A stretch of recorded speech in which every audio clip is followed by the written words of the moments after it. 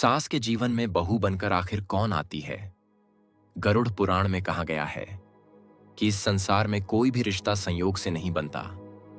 हर रिश्ता हमारे पिछले जन्मों के कर्मों से जुड़ा होता है।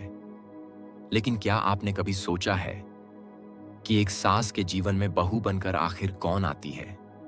क्या वह सिर्फ बेटे की पत्नी होती है या फिर भगवान द्वारा भेजी गई कोई विशेष आत्मा?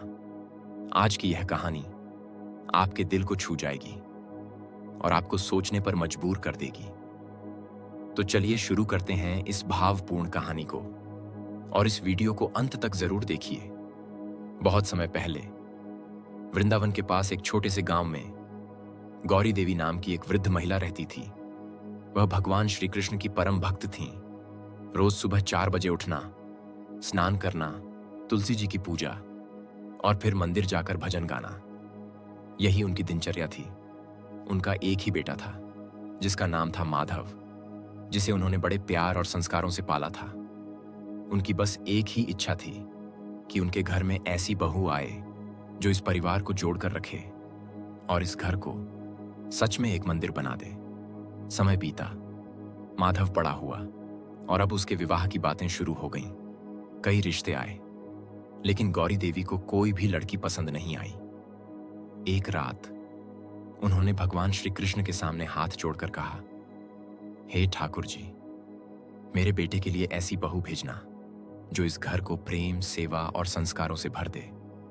कुछ ही दिनों बाद पास के गांव से एक लड़की सीता का रिश्ता आया।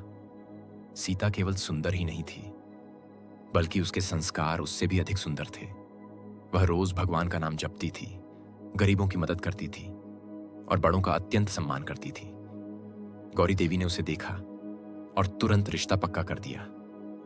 जल्द ही माधव और सीता का विवाह हो गया। जब सीता पहली बार अपने ससुराल आई तो उसने सबसे पहले घर के मंदिर में जाकर भगवान को प्रणाम किया और फिर अपनी सास के चरण छुए। गौरी देवी खुश तो हुई, लेकिन उनके मन में एक संदेह था।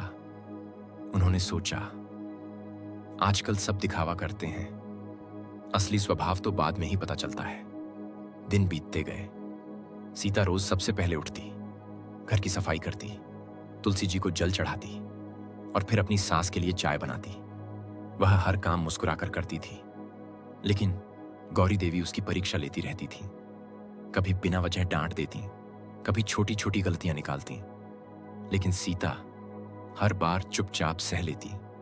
एक दिन गौरी देवी ने जानबूझकर पूजा की थाली छुपा दी और बहू से बोली, तुम्हारी लापरवाही के कारण आज मेरी पूजा नहीं हो पाई।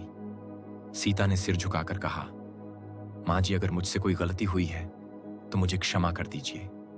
लेकिन गौरी देवी का मन फिर भी नहीं बदला।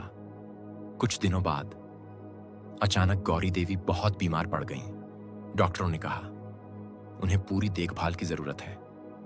माधव काम के कारण बाहर रहता था और अब सारी जिम्मेदारी सीता पर आ गई।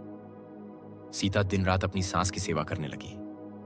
समय पर दवा देना, अपने हाथों से खाना खिलाना, रात रात भर जागना। कई बार वह खुद सोती भी नहीं थी, लेकिन उसने कभी शिकायत नहीं की। एक रात गौरी देवी की आंख अचानक खुली। उन्होंने देखा सीता मंदिर के सामने बैठी रो रही है और भगवान से प्रार्थना कर रही है, हे ठाकुर जी, मेरी मां जी को जल्दी ठीक कर दीजिए, इनके बिना यह घर सूना हो जाएगा। यह सुनकर गौरी देवी स्तब्ध रह गईं। उसी रात उन्हें एक अद्भुत दृश्य दिखाई दिया। भगवान श्री कृष्ण स्वयं उनके सामने खड़े थे। चारों ओर दिव्य प्रकाश फैला हुआ था। गौरी देवी भावुक होकर उनके चरणों में गिर पड़ी। भगवान मुस्कुराकर बोले, गौरी, तुम जानना चाहती थी कि बहू बनकर कौन आती है? गौरी देवी ने कांपती आवाज में कहा, हां प्रभु। भगवान बोले, संसार में कोई भी रिश्ता बिना कारण नहीं बनता। जिस बहू को तुम आज पराया समझती हो, वह तुम्हारे पिछले जन्मों के पुण्यों का फल है। कभी वह तुम्हारी बेटी रही होगी, कभी तुम्हारी मां, कभी तुम्हारी बहन और कभी तुम्हारी सेवा करने वाली आत्मा। तुमने मुझसे एक संस्कारी बहू मांगी थी। मैंने तुम्हारी प्रार्थना सुन ली, इसलिए मैंने सीता को तुम्हारे घर भेजा। वह सिर्फ तुम्हारे बेटे की पत्नी नहीं, बल्कि तुम्हारे जीवन में मेरा भेजा हुआ आशीर्वाद है। गौरी देवी की आंखों से आंसू बहने लगे। गौरी देवी ने कहा, प्रभु, मुझसे बहुत बड़ी भूल हो गई। भगवान बोले, अभी भी समय है। बहू को बेटी का प्रेम दो, तुम्हारा घर सुख और शांति से भर जाएगा। सुबह हुई, गौरी देवी की आंख खुली। उन्होंने देखा सीता उनके पास बैठकर भगवान का नाम जप रही है। उन्होंने तुरंत सीता का हाथ पकड़ लिया। गौरी देवी की आंखों में आंसू थे। गौरी देवी बोली, बेटी, मुझे माफ कर दो।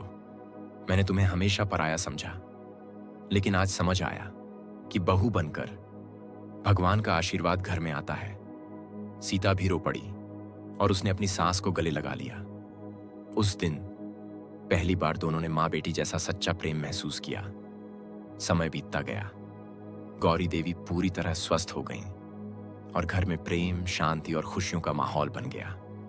गांव के लोग कहने लगे, यह घर नहीं, सच में एक मंदिर है। शास्त्रों के अनुसार हर रिश्ता भगवान द्वारा तय किया जाता है। बहू केवल बेटे की पत्नी नहीं होती, वह घर की लक्ष्मी, परिवार का सौभाग्य और भगवान का दिया हुआ सबसे अनमोल आशीर्वाद होती है। जहां सास बहू को बेटी समझे और बहू सास को मां का सम्मान दे, वहीं घर मंदिर बन जाता है और वहां स्वयं भगवान निवास करते हैं। अगर आप भी मानते हैं कि रिश्ते भगवान बनाते हैं, तो कमेंट में जरूर लिखें राधे राधे।